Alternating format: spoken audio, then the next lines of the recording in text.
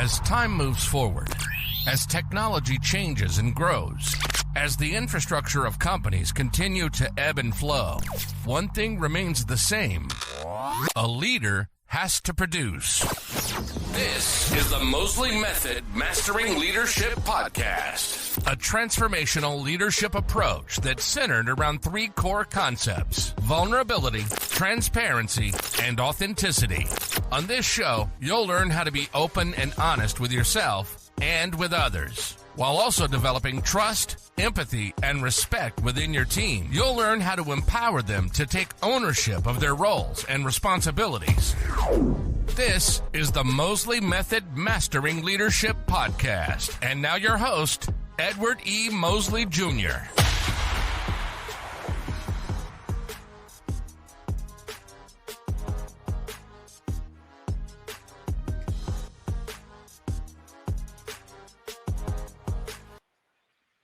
Welcome, everybody, to another session of the Mosley Method Mastering Leadership Podcast. And we have an amazing show for you today. I am definitely honored to have our guest on today, and I think you will be too. When I was introduced to him, his story, his expertise just blew me away. So again, to kick off our season 2 with none other than Jose Pereira. And I won't get into his story. I will let him introduce his story. But welcome to the show, Jose. And the first question I will say is, tell us a little bit about yourself. Tell us what you think leadership is, and then give us a snippet of your story. Don't give them all of it just yet, but give them a snippet of your story, and then we will go from there. Okay. So welcome to the show. Thank you for having me, Edward. Well, my name is Jose Pereira. Today I'm a leadership and resilience coach, but I used to be a oil and gas executive. I did like a 35 years career in the oil and gas. I began my career in Venezuela. I'm Venezuelan dual citizen, so I began in Venezuela in the oil and gas industry. But when I began in the 80s, it was a big deal. PDVSA. Fortunately, today the country has having problem. But I came here to the U.S. assigned to the U.S. affiliated, that is Citgo Petroleum. Maybe you know about that, because Citgo Petroleum has gas stations all over the U.S. It has like 6,000 gas stations and 3 refineries. I worked there, and I finished my career there, being the CEO of that company. So talking about leadership, well, I did all my life leadership positions, and I saw in the intro of your show, Edward, something that really exactly is what I always say. A leader has to be somebody that has to have empathy with their employee, and has to be vulnerable, and has to be authentic, and has to be honest with their workers. So when I heard your intro, I said that is exactly the description what a leader has to be. Yeah. So I know. So one of the reasons, Jose, that I started this podcast was to provide an opportunity and a platform for people that are in leadership, that are in management, that are employees, that are CEOs, just to get some valuable information about what's going on in leadership in organizations. Some of the things that we can't say inside of the organization or in those certain positions. And so tell me a little bit about your story and I want you to tell the story, but I want you to put it from a perspective of, you are the CEO of Citgo. You are the leader. You are the strategic thinker, and you're going into this situation, and bam, this happens. Yeah, that is exactly the point. And let me tell you, for me, has been kind of a discovery how the situation I went through today, I can talk about it from a leader point of view. Why? Because as I said, let's go back to 2017. I was the CEO of Citgo Petroleum. I was ready to get retired, because at that time I had 35 years in the company, and according to the a company, I had the right to get retired. So I really wanted to become a consultant because Citgo Petroleum belongs to the Venezuelan government, and for some reasons, the situation there was not going good. They were having some argument with the U.S. government, and I didn't feel comfortable with what's going on. So I flew to Caracas, talked with my boss, and said that I was going to get retired. And after back and forward, he accepted my retirement. That was October 2017, and I was ready to get retired. I was basically preparing myself in retirement mode, and it came November. I was ready to go to my Thanksgiving, and I received a phone call to go to a business trip to Caracas to make a presentation. Now we're in November, and I flew in November, at the end of November, and in November 22, being in that meeting, we were caught by the counterintelligence police of that country, accused to be spies and treason to the country, and another charges, and for us it blew our mind, because really we never expected that. And after some time there, we discovered that we became the political pawns of the Yeah. situation that was going on with Venezuela, in between U.S. and Venezuela, and we never thought that a situation like that could get to you. You will never think that as a thing that so high geopolitic you can get involved, but unfortunately that's what happened to us. And was not I was not alone, because I flew to Caracas with my five top executives, the five vice presidents. So we were six people that were in that situation, and that thing began to be very, very high politics, and it lasted, unfortunately for us, 5 years. I stayed Yeah. 5 years in that situation, and we became something that the press put as a brand. We became the Citgo Six. That is the name Yeah. of our story. I saw that, and what you brought me, amongst other things, when you have the entire C-suite flying together, going together, um, that is, it's amazing how the six of you all, the importance of the six of you all in one environment, one place, um, what they thought that would do. Well, let me tell you, because the story has like phases. Because the first year we were separated, so we were not together. Oh, okay.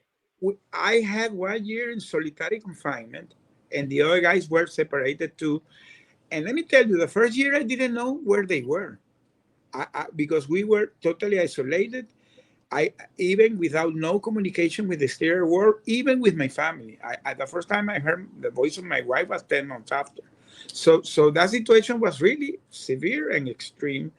And there's where I come with that leadership in the situation, because really I had my previous leadership skills. I was prepared to, changes, strategic thinking. I was not prepared for the situation, because this, Yeah. this Yeah. was an extreme situation that, believe me, nobody's prepared. To Yeah. say that when some adversity comes to your life, it shocks you, because you're not prepared, even if you have all the training in the world. I was a guy trained to, everybody that knows the oil and gas knows that oil and gas can be severe situation, explosions in refineries, blow up in wells. So you are prepared to confront this type of situation, but not the situation I was going through. Yeah. But the difference is when you decide to think in the situation that you're going through, and begin to manage how to handle it, is where the leadership skills come. So in my particular case, when I decided, after, because the first months I was totally in a very bad situation, physically and mentally. Hmm. But when I heard my family, and when I knew that the other guy were alive, and at some point we were put it together, the situation really changed for us. And I can give you a snapshot of the situation, because when the first time we got together, almost 1 year after, I remember where we got the six, and we did like a kind of a board meeting, because we were executive, all of us. So we decided, and we created what we called a survivor plan. So we were put together the next 4 years in a very tiny place, very confined place, but we created what we call a survivor plan. And that survivor plan today, by the way, is part of the fundamental of my coaching program. Okay. My coaching program, I crafted based on that situation that I went through. So, and I was just writing some notes, and so another key point that I took from what you just said in this segment here was, sometimes leaders in whatever situation, and in your particular situation, you were isolated. You were isolated, and you didn't know things, and that's kind of where sometimes communication breaks down. And so then for that entire year, you had to kind of mentally prepare yourself for whatever may have happened, what may be happening, because you had no knowledge of what was going on. And what I have seen in a lot of organizations is sometimes, again, not your situation, but as you said, we can prepare to be isolated and on our own sometimes, but sometimes the executives at the top are not connected and aligned with everybody in the organization. And I think, I really would like to hear more about your survival plan, because I think a lot of aspiring leaders would definitely need to, if they were to take this scenario and put it in their current scenario, it could really benefit them, because sometimes as a leader, you have to travel alone. And then you have that opportunity to find everything. And for me, I'm all about self-discovery. Mm-hmm. And so sometimes you have to isolate yourself for self-discovery as a leader, to find yourself.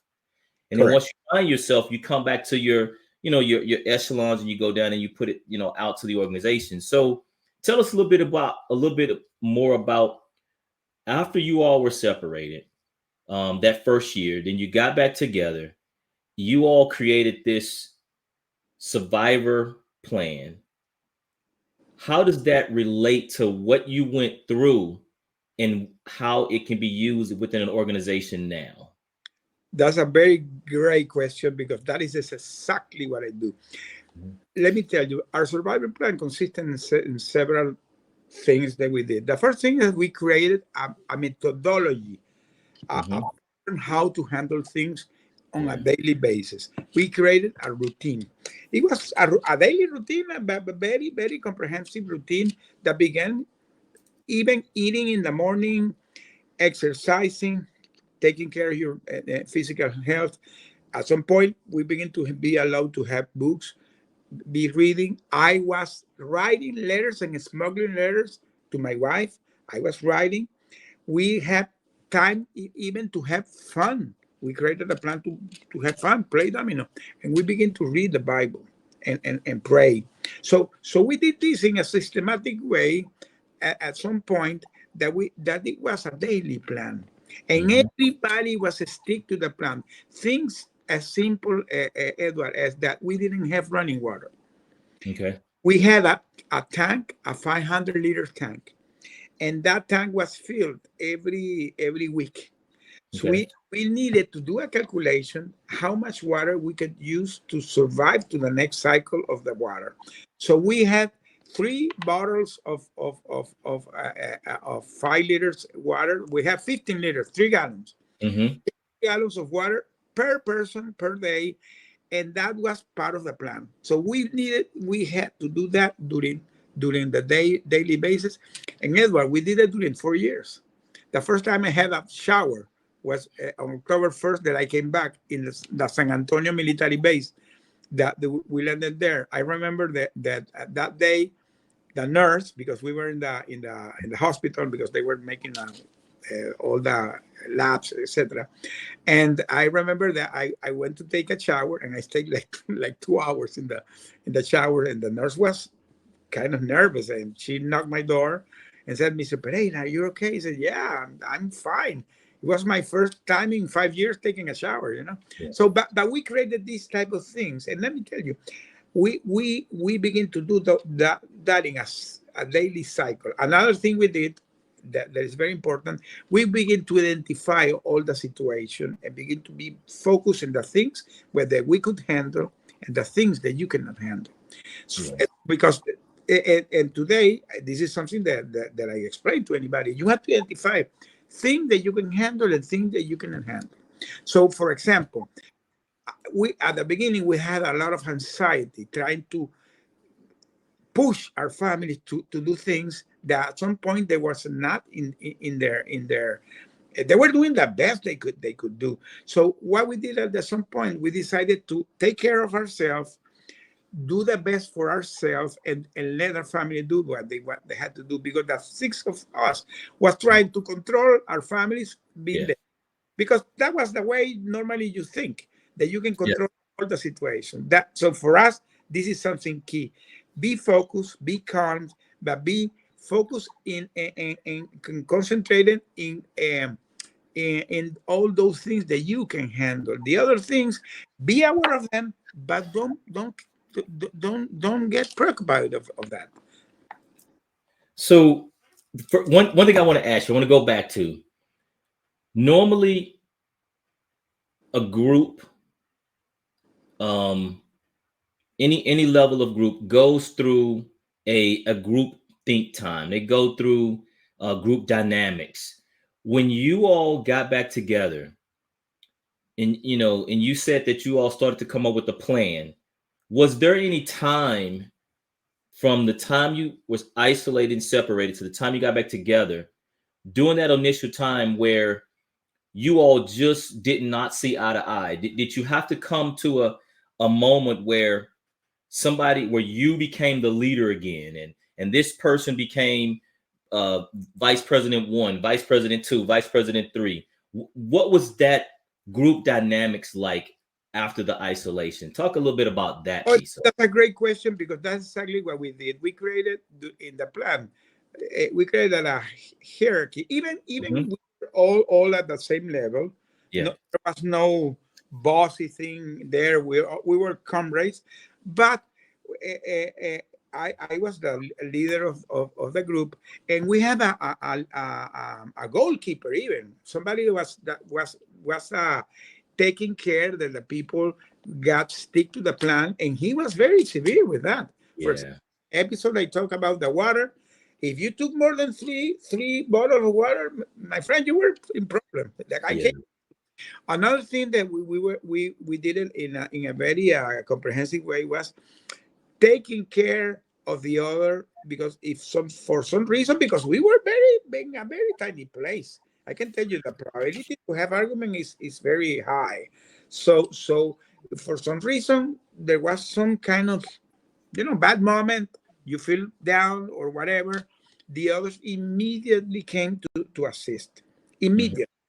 And if you had some arguments or somebody, because well, things happened, you talk it immediately. You never left things move on.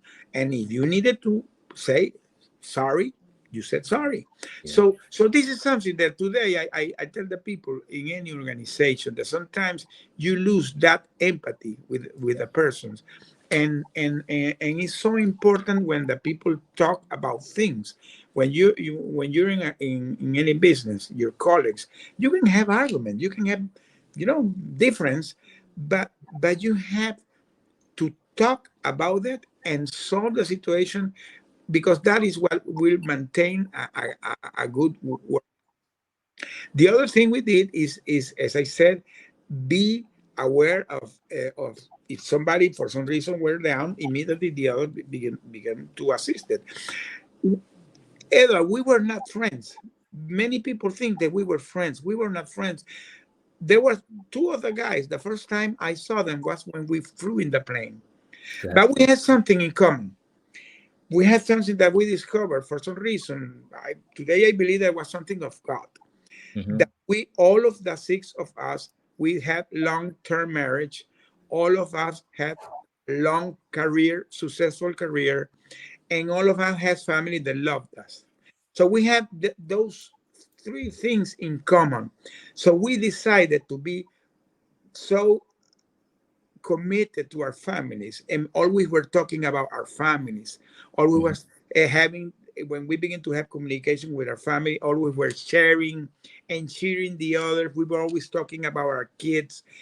One of the guys, his daughter had a baby, being there, his first grandson, and 1 week after I had my grandson. So we were always talking about our grandson. So we had always things in common to be thinking positive. This is another thing.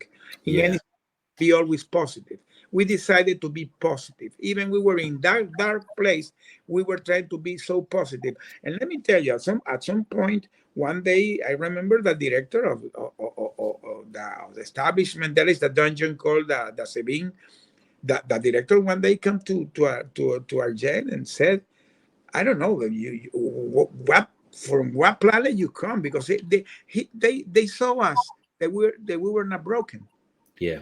We were not broken. And let me tell you, 1 year before we were released, but the first time that was a direct, because the negotiation was doing behind the scenes, but were done through third parties, because there was no ambassador. The Got ambassador was expelled, so there was no direct communication between the two governments. So they were doing like through the UN, through other governments. But when the new administration took office, Biden, he appointed a guy that he's, by the way, he's in Washington. He's a special presidential ambassador, an office called the Special Presidential Office for Hostage Affair, SPIHA. Is attached to the State Department. That guy, 1 year before we were released, he flew to Caracas. So the first time we had a contact and we knew there was direct negotiation was 1 year before we were released. Yeah. The guy flew to Caracas and he met with us. He had like 2 hours meeting with us. I remember when he finished the meeting, he told us, hey guys, I'm so surprised. I have been going to other countries to see other cases, and I'm so surprised how I see you in so high morale Yeah. and see you so, you know, that, you know what? Because we were cheering the six of us. We were really, we created that bond, that you know, that was a strong bond. This is something that anybody that is a great leader in their company, if you develop that bond, that communication, that empathy with the others, you're going to be successful, because that's Yeah. what. I think you, so there's a couple things that you said some great stuff, but one thing that stuck out to me, and this works. I know you know it works, but I want our listening audience to make sure they understand this point that we're making. We can be complete different strangers. We can be two different organizations, two different companies, provide different expertise, but there's something that you may have that I don't have, or there's a gap in my skills in my organization. And what you said, and I want to make sure that that our listening audience hears this. You made the statement of, we have to find what we have in common and move from there. Mhm. If we look at the positive things that we have in common, and we keep moving forward on those items and those tasks and those things, we will be successful. But what happens is, and I see this all the time, a lot of organizations will be like, oh, well, either company A does the same thing that I do, so I can't collaborate with them or network with them because, we're in competition. Mhm. And that's looking at it from the negative perspective. If we look at it from the positive perspective on how we can both move forward, then both companies will be successful. And that's a piece I want to make sure that everybody gets, because it's Yeah. valuable. It is very, very valuable. And the other thing that you said that's really into what I focus on, a lot of organizations do not focus on mental health or mental wellness, whatever term we want to use on it, Mhm. individual self-care. And what we're doing is, we're burning our employees out. Yeah. We're burning them out mentally, physically, emotionally. The work-life balance is off. I believe, and I think I just heard this a few days ago. I believe Senator Bernie Sanders is putting some type of proposal together for a 4-day work week, and without losing pay. And I'm not pushing that, but it just shows that other countries have already kind of looked at shorter work weeks, longer paternity leave. They're looking at flexible ways to help our employees because they're burnt out.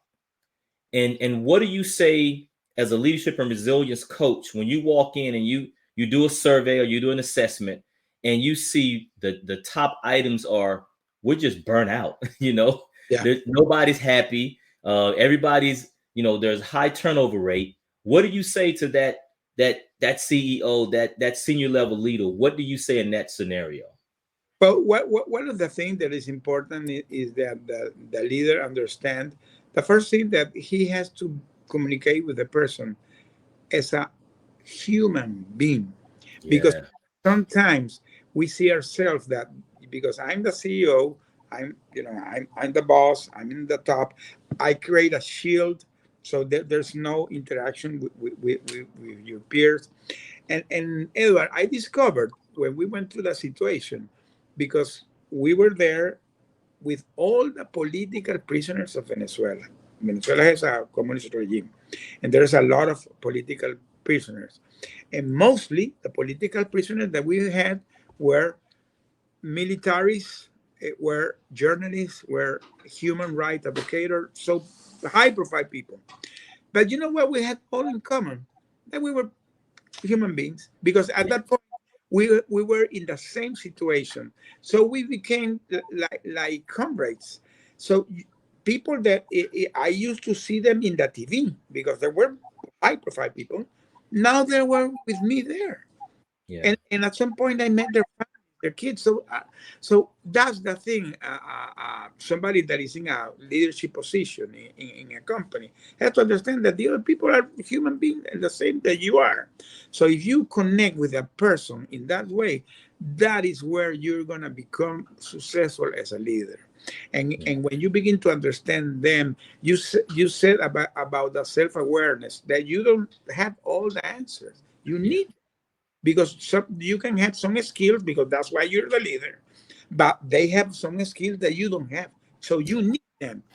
So when you begin to do that empathy with them is where you begin to connect with them. And the other thing, you talk about that physical and mental health, and I'm going to put now my example that when we were there, even we were in that situation, even we were in that tiny place, I can tell you we took care like 2 hours a day exercising. Mm-hmm. So we were doing yoga, we were doing meditation, we did static running because at some point we were not going to the outside, so we did inside static running, we did push-ups. So we created a routine of exercise. And from the mental health, well, we took like 2 or 3 hours of reading. At some point we were everybody in silence with a book, reading 3 hours reading, and then we were talking about exchanging about what we were reading. We begin to play domino. We at the beginning we had with a piece of paper we begin to play domino. At some point we could have a domino itself, but we did a domino terminal on itself. We did dedicate some time to that, to try Mm-hmm. to have some fun. We begin to talk about our trips with the families, foods, uh, talking about music. I'm a rock fan, for example, and two of them, my colleagues, were also rock fans. We were all the day talking about rock bands.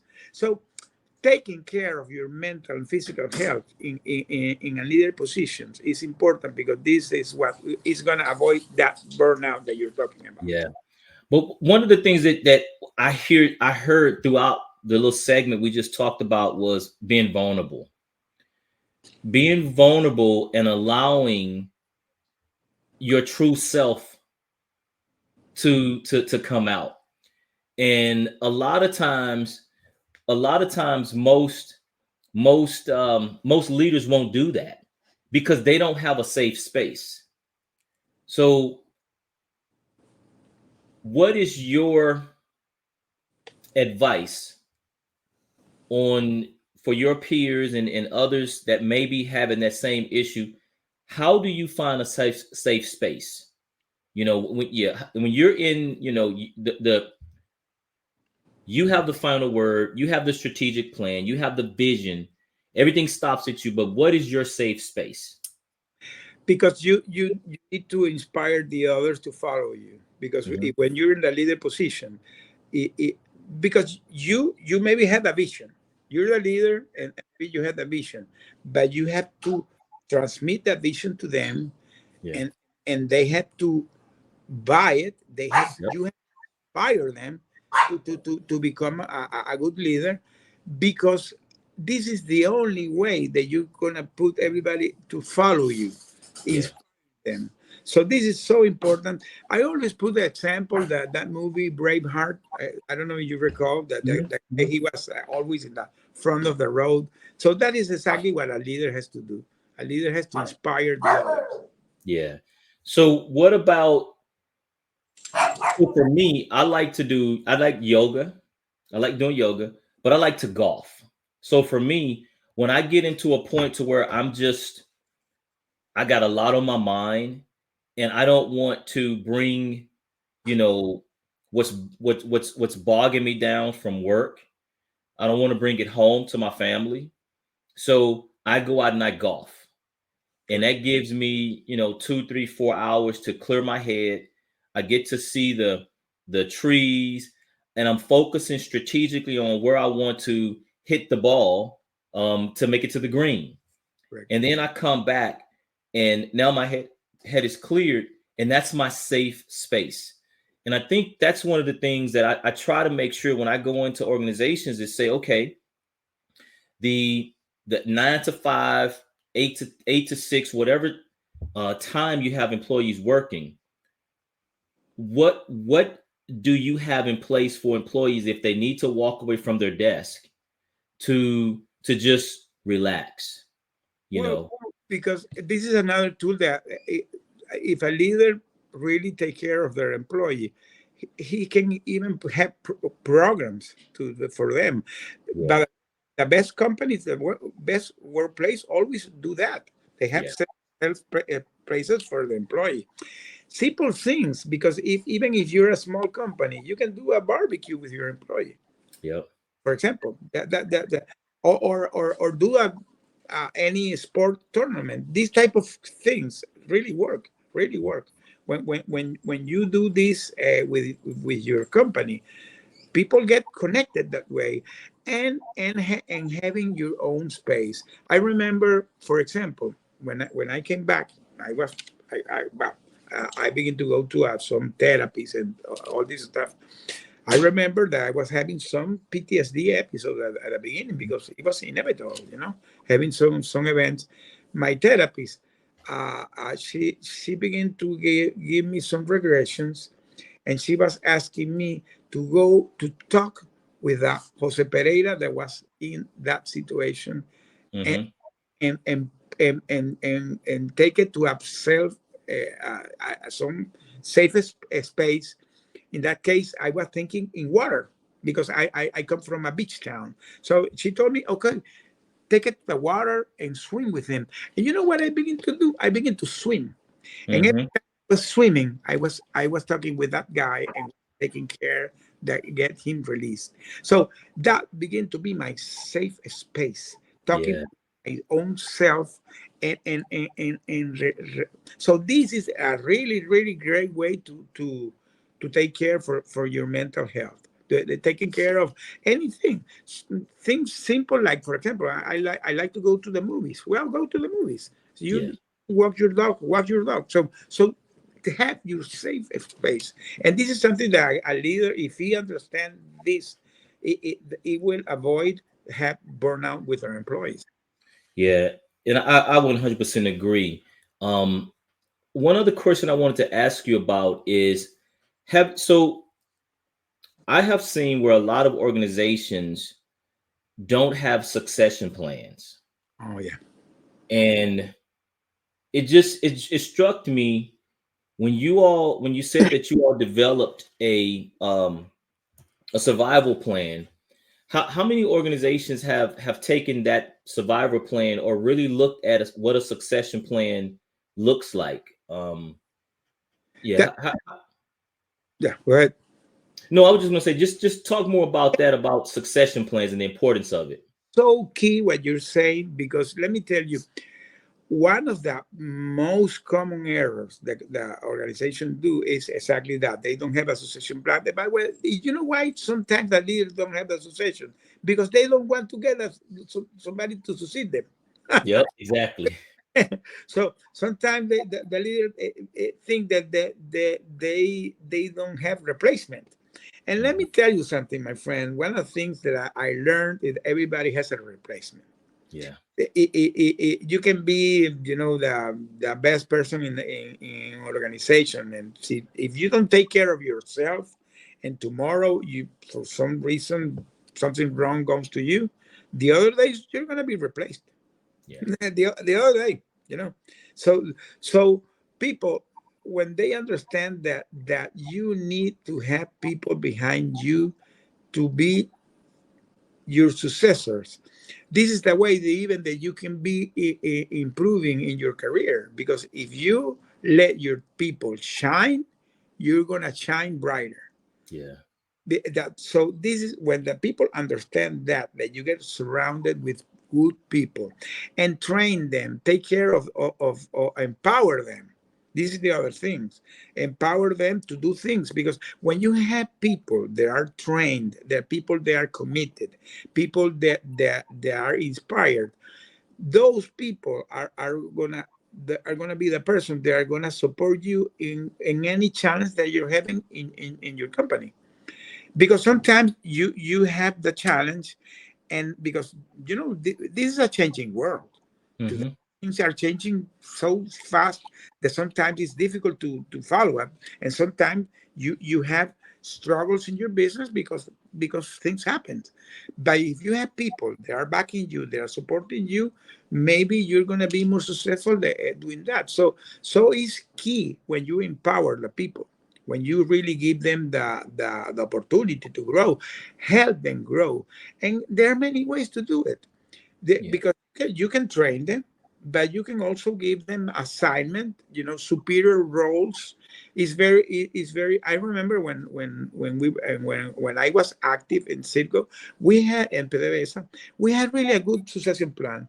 We always had a 5 years look, who should be the person to have the replacement, and we try to follow that succession plan. And then we even have some ladders that you can be following up to get there. So it's key in any organization to have a succession plan. It's very key. Yeah.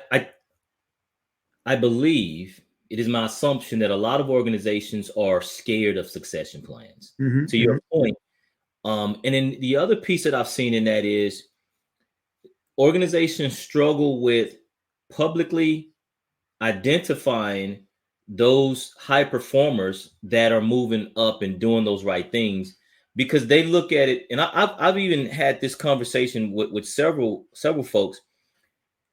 They would rather not identify a high performer because it would have they believe it would have a negative effect on those other employees. But I say, hey, if there's 100 people, only 10 of those people really want to be a leader. Yeah. So who are you, what are you hiding from, the 90 or the 10?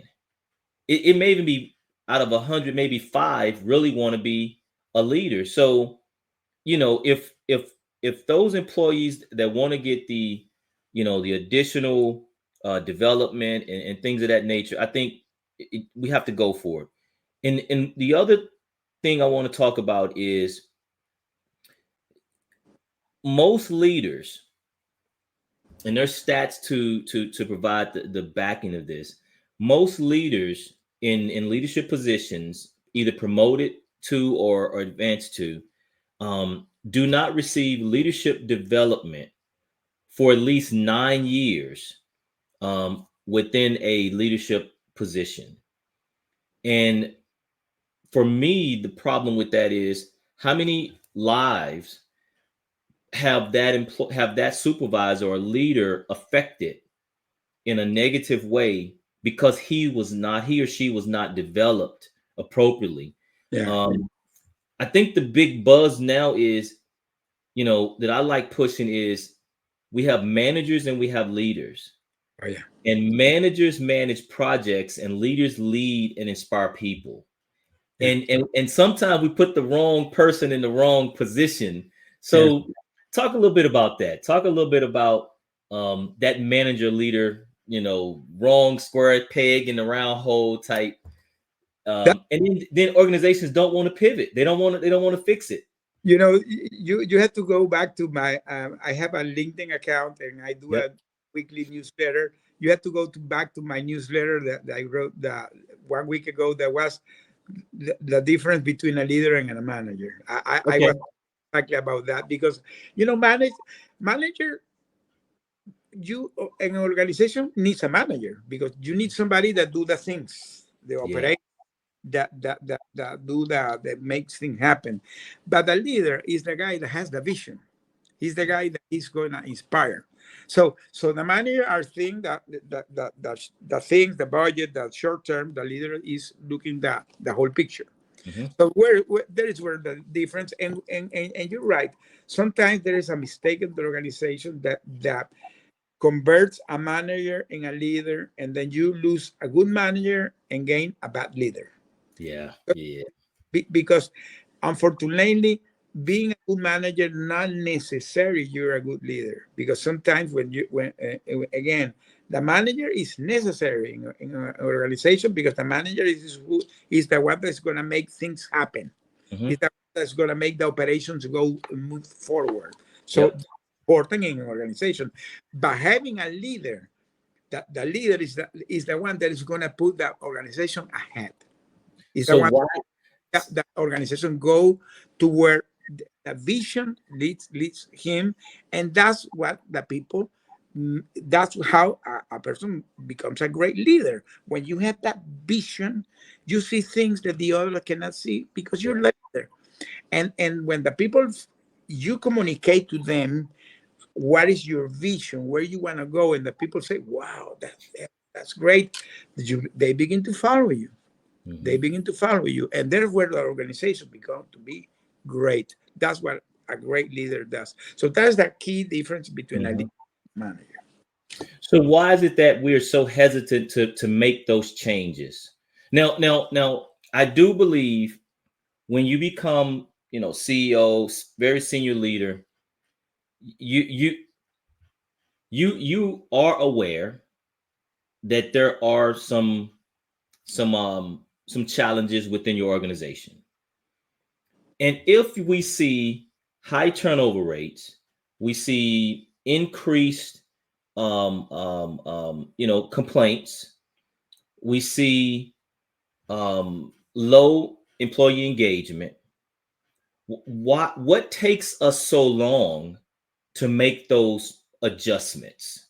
Is it the mid-level manager, or are we complacent at the C-suite level, and so we don't want to mitigate the risk, or is that just calculated risk?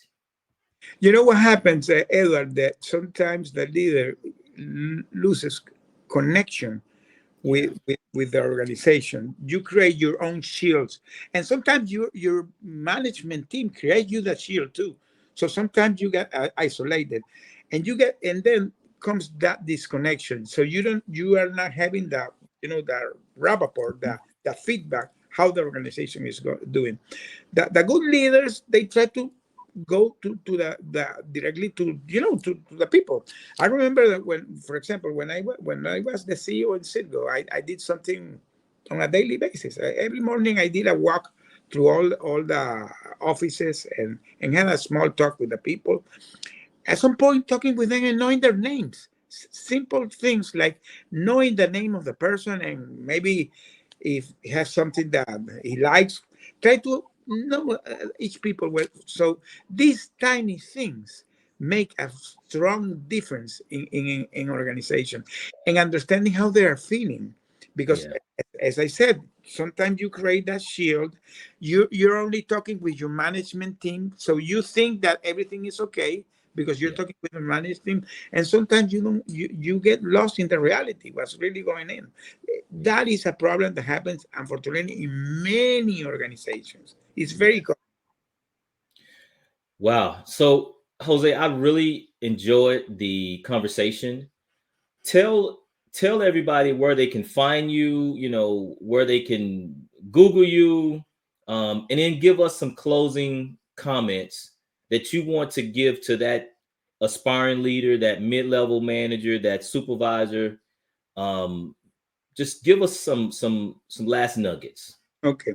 Well, as I said, I'm very active in LinkedIn. I do audio rooms. By the way, I'm going to have an audio room in 2 weeks, but I'm going to do it in Spanish for the Spanish. Is how you can become a great leader in your life, because that's a great. When you're a great leader, it has to have a holistic vision. It has to be in your business and in your life, because Yes. doing nothing, being a good leader in your business and be miserable in your life. That's one of the most common things. I'm very active in LinkedIn. I have my webpage, Jose Connect, www.Jose Connect. I have a link tree where you can find all my thing there. I do public speaking too, because I talk about this too. So you can connect me through my webpage. Or through my LinkedIn. There is my calendar. We can have a 30 minutes call if you need me. As I said, I do the leadership coaching program based on everything that we have been talking today here. And the last nugget that I want to say to the people: if you have a dream, pursue of that, but connect with the people, being people. Think that the people that are in your organization are human beings, are similar to you. The only difference between you and them is that you have the title. But if you take out the suit and you take out the title, you're people. So connect with them, with being people. Be empathy with your team. Understand their problems. Understand your weakness. Have the self-awareness that you don't have all the rights. So sometimes you will need them, because you have a strength, but you have weakness. Support them, and they will support you. Inspire them, and then they will follow you. So this is my last thing, is that the only way that you can make things happen is connecting with the people. You can have all the plans in the life. You can be the best guy handling budget and whatever. But if you don't connect with the people, you're not going to be successful, because that's the key of any organization.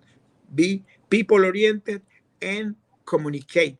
Be a great communicator, not talking to them, hearing them, connecting with them. That's my recommendation.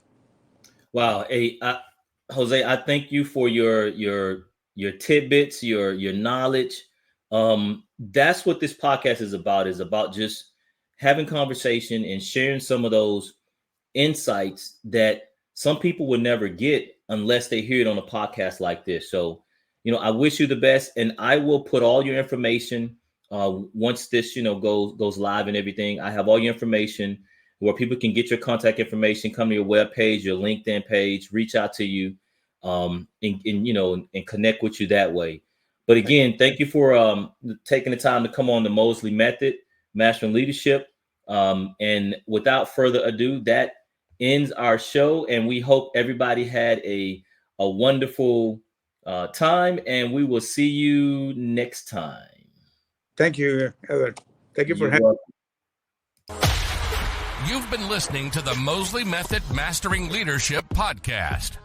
Edward E. Mosley Jr. has 30 years of leadership experience and is an ICF credentialed leadership coach. And it's his passion to inspire leaders who can foster a safe space where they can empower their followers to take ownership of their roles and responsibilities while sparking collaboration and creativity.